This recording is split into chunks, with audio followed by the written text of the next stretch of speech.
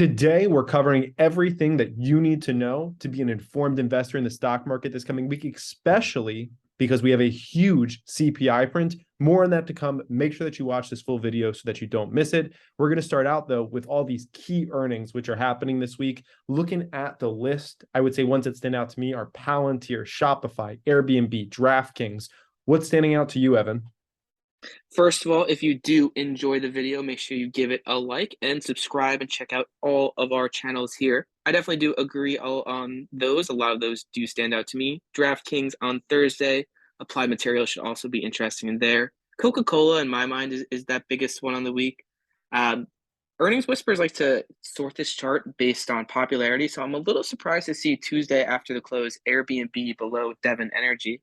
Maybe it shows you kind of the market and how hot energy is. But yeah, that's a lot of the stuff. We have Palantir coming on Monday. Normally they go before the market open, but they're going after the market close. I believe this is the first time that's happening. So a lot of really big earnings to watch this week. Gerg, is there anything we didn't talk about there? Any of these earnings you'll be looking at? Yeah, even for Tuesday, surprisingly, Upstart is way below. Usually, Upstart is a big favorite among Twitter and other investors. Then you have Roblox on Wednesday, Shopify, Roku. DraftKings will be a big one after Super Bowl tomorrow.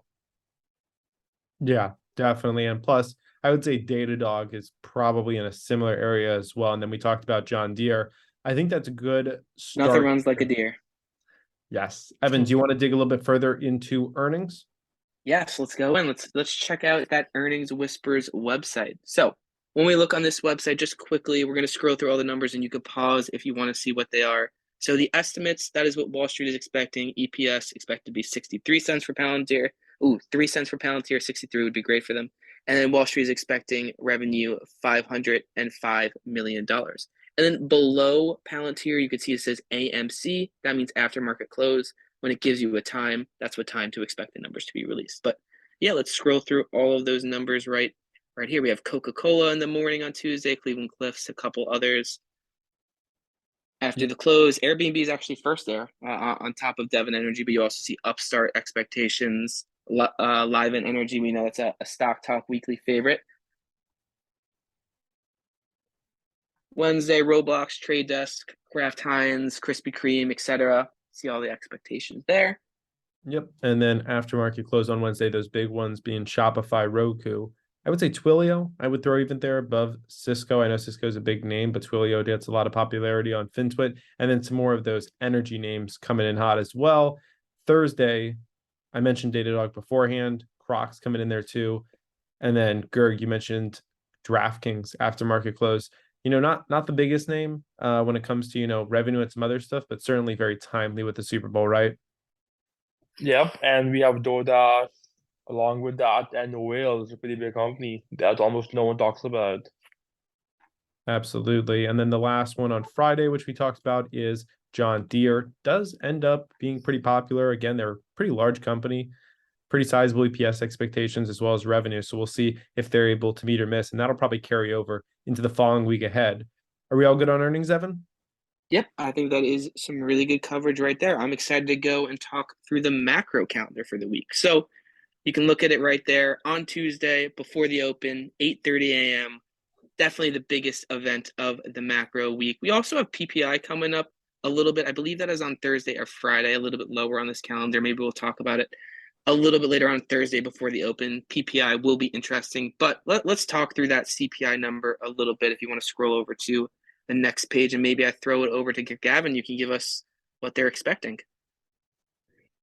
So for CPI, as you guys can see, the year-over-year headline number is expected to come in at 6.2. The one that the focus mainly is the month-over-month core CPI, which is excluding food and energy. That is going to be 0.4. And Evan, can you tell the people that the last month CPI was revised higher? I see no one talking about Yeah, that for some you can reason. actually see it. So where CPI month over month, it says prior and revised.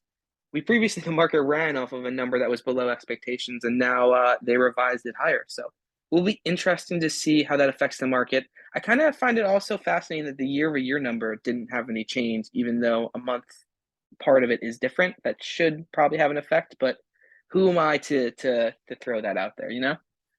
Yep, who are we? And so for the estimates for Tuesday on the 14th of February, we have the median is 6.2. We do have some people between 5.8 and 6.7, but most of those are just small prop shops. So if you look at this sorts them by the ranking. So the number one rated analyst is Oscar of TD Securities. He is at 6.2. This guy has been the most accurate one. Like he's always spot on or under. Like he's never over that. So if he's expecting 6.2, we will rally regardless. HSBC is at 6.2. Nomura 6.2 again. Jeffrey 6.2. The only one that is off on the top 8 is SMBC. For some reason, still at 6.7. These guys still have a Monday to revise it up or down. I think they might lower their estimates, but Wells Fargo is number 8 at 6.2 again. So Gurgaon Capital also estimates 6.2. How about you guys, Wolf and Gav and Evan? Yeah, I'm gonna roll What's your with. estimate? Yeah. Yeah, well, Evan, I don't know if you want to throw it in here, but I'm going to go with 6.3. You know, Okay. that's actually what I was gonna go with. I don't want to. I'm not a Gurgavin Capital type. Just go with the consensus. So I got to be at least a little different. Go 6.1. Yeah, No, 6.1. do I go 6.1 or do I go 6.4? Yeah, We're gonna shock the world 6.1. here. 6.5. Wow, 6.5. Okay. Yeah. giving me a little bit of leeway. Evan wants the market to tank for 5%. So Confirmed. we've talked about this before, and you got to come on all of our spaces. You'll hear a little bit more. I do have a decent bit of cash on the sideline, so maybe I do want that. Yeah, wouldn't be a problem. So just like everybody saw with those numbers that we just covered, 6.5% was the previous, 6.2% is that median forecast for this one. We had those revised numbers beforehand up to plus 0.1% on CPI. And then as you briefly hit on beforehand, we also have PPI coming in Thursday at 8:30 a.m. EST. We've got retail sales coming in Wednesday at 8:30 a.m. EST. And then we also have these jobless claims that are coming in at 8:30. All really important right now as the economy continues to figure out, are we or are we not in a recession? Evan, anything else you think we should go over? No, I think that was pretty fantastic. If you did enjoy the video, make sure you give it a like. Make sure you subscribe to all 3 of our channels. And I think that's good for me. Yeah, perfect. You can check us out on Twitter as well. My Twitter is at wolf_financial. Evans is at stock MKT news with a Z, and at Gurgavin is the account for the one that says iPhone up here on the screen. Gurg, you got anything else you want to add on to this one? Nope. There we go. All right, everybody. Hopefully this was helpful for you. Feel free to come back next week. We'll have another video for you covering everything you need to know to be an informed and profitable investor.